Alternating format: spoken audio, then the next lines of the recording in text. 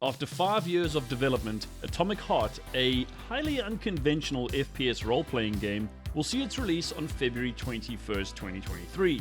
Seemingly inspired by games such as Metro, BioShock, Fallout, and Stalker, Atomic Heart is set in an alternate timeline where major advances in technology and robotics allowed the USSR to triumph over Nazi Germany in 1941. What's more, a kind of proto-internet called Collective 1.0 allows the various robots that power the Soviet workforce to be linked together, leading to some major scientific advances throughout the 1940s.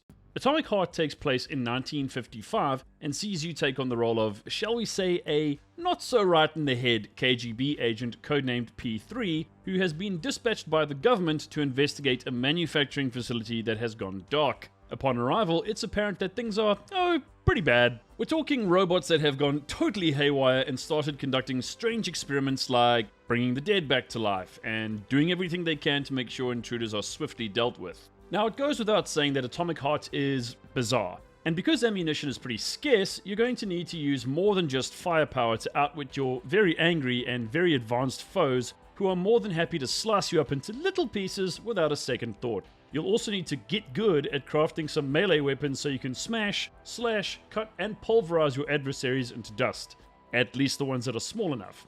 Gameplay is fast-paced, intense, and requires a decent chunk of in-flight planning and strategy in order to survive. So, as with many modern FPS games, mastering the combat loop will be essential if you want to make it out with all your parts still attached. But while Atomic Heart may be satirical and outlandish, I can't help but wonder if this isn't some kind of warning to humanity. I mean, society in this game has become largely reliant on machines and technology to maintain order and keep things running smoothly. And while it may not be the internet in the purest sense, I would be surprised if Collective doesn't play a central part in Atomic Heart's storyline. And given that scientist Dmitry Sechenov has been working on a neuropolymer and ardently believes in a collective consciousness and wants to launch the most advanced version of the Collective on his 55th birthday in the same year Atomic Heart takes place, well, I think you can see where I'm going with this. Okay, so I'm sure many of you don't find this message of over-reliance on technology bad thing particularly new or surprising.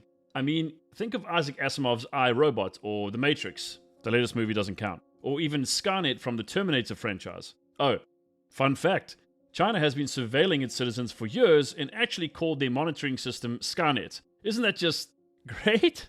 At least it doesn't happen in other countries, right? Right? So maybe we're all addicted to our smartphones and computers, but at least we can all communicate and work together across the world. Maybe it's better to say that Atomic Heart isn't so much a warning as it is a prescient allegory of the double-edged sword that is technology. Yes, technology can make life easier and improve medical treatments, giving people longer lives and a greater quality of life. But then it can also be used to create superweapons and execute cyber attacks that cripple critical infrastructure. And if we're honest, the world hasn't seen its biggest cyber attack. Not yet.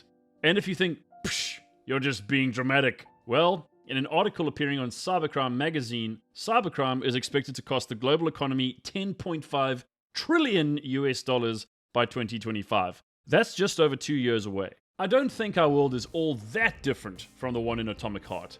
I know what you're thinking, and while we may not have sentient androids running around with Kalashnikovs trying to violently convert us to robo-communism, we're definitely leaning harder and harder into the worlds of artificial intelligence, machine learning, robotics, quantum computing, and the metaverse. Did I list all of those just to sound cool? You bet I did. Anyway, the problem with humans, or I guess scientists, thinkers, and philosophers in particular, is that they always seem to believe their ideas are just good and won't have any negative effects. And as Eric Severade once remarked, the chief cause of problems is solutions. And, needless to say, it's pretty evident that the great solutions the Soviets came up with prior to where Atomic Heart kicks off is the cause of P3's living techno-fueled nightmare.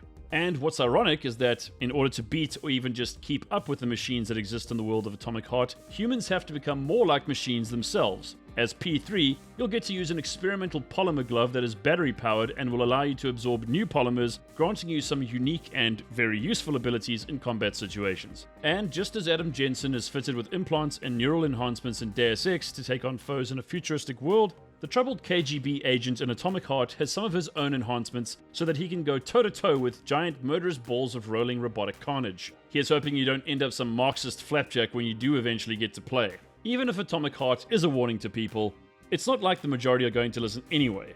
And if you're already aware of all this, then did you really need this moral lesson in the first place? Probably not. But hey, look! Sputnik is coming to kill you! Better make sure your rifle's fully loaded and that thoughts of decadent capitalism are far from your mind, comrade. At least Chernobyl isn't something that's likely to ever happen in Atomic Heart. Sorry, Stalker fans. So, am I going to shut down all my machines and move into the woods a la Ted Kaczynski? Not very likely. But, will I be playing Atomic Heart when it releases next year in February? Da. All I ask is that you carefully reflect on your life choices and technology use while you're busy putting holes in reanimated Russian scientists. Okay, it really does mean the world to me. Anyway, are you amped for Atomic Heart? Is this the FPS role-playing game to beat all others? Be sure to let me know in the comments. Please like and subscribe and hit the bell so we can keep serving you up some delicious content on the regular. And whatever you do, keep some iodine tablets handy, just in case. Later!